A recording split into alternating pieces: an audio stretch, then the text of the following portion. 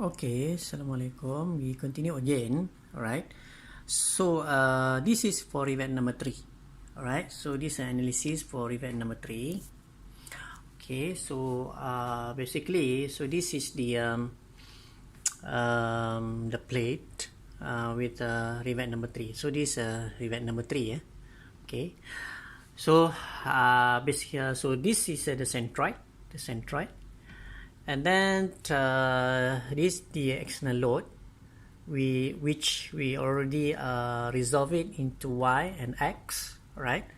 So so this value we already determined, so you can check you can check from the previous video, right? So so this is event number 3. Okay, so for event number 3 we have F3 is tangential force.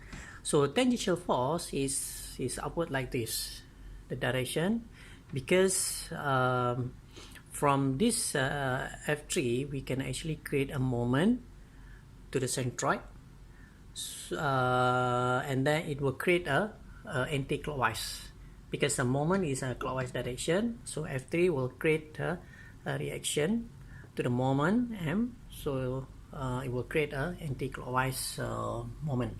So that's why the direction is upward, right? And then R3 is the distance between rivet number 3 to the centroid. So the force, tangential force, is perpendicular with the distance R3, right?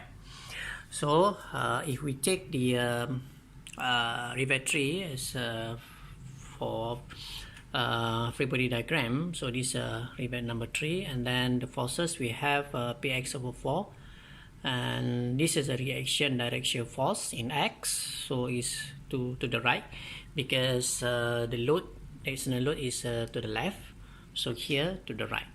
Okay, and then we have a reactional direct shear force in y. Okay, so it's going upward because the external is downward, right?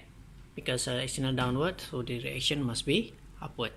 And then we have a F3.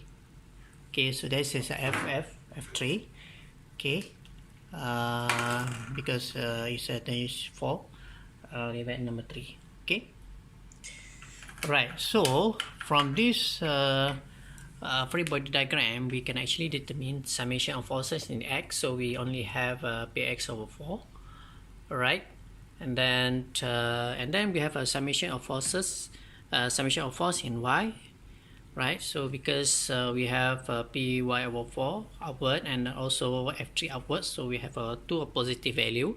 So py over 4 plus f2, right? So we get a summation of force in y, right? And then from there we can actually determine the resultant of the shear force for event number 3. So we have a square root summation of force in x squared plus summation of force in y squared, and then we have the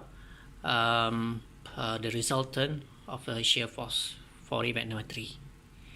Okay, all right. So after this we will move on to event number 4. Okay, stay tuned. Assalamualaikum.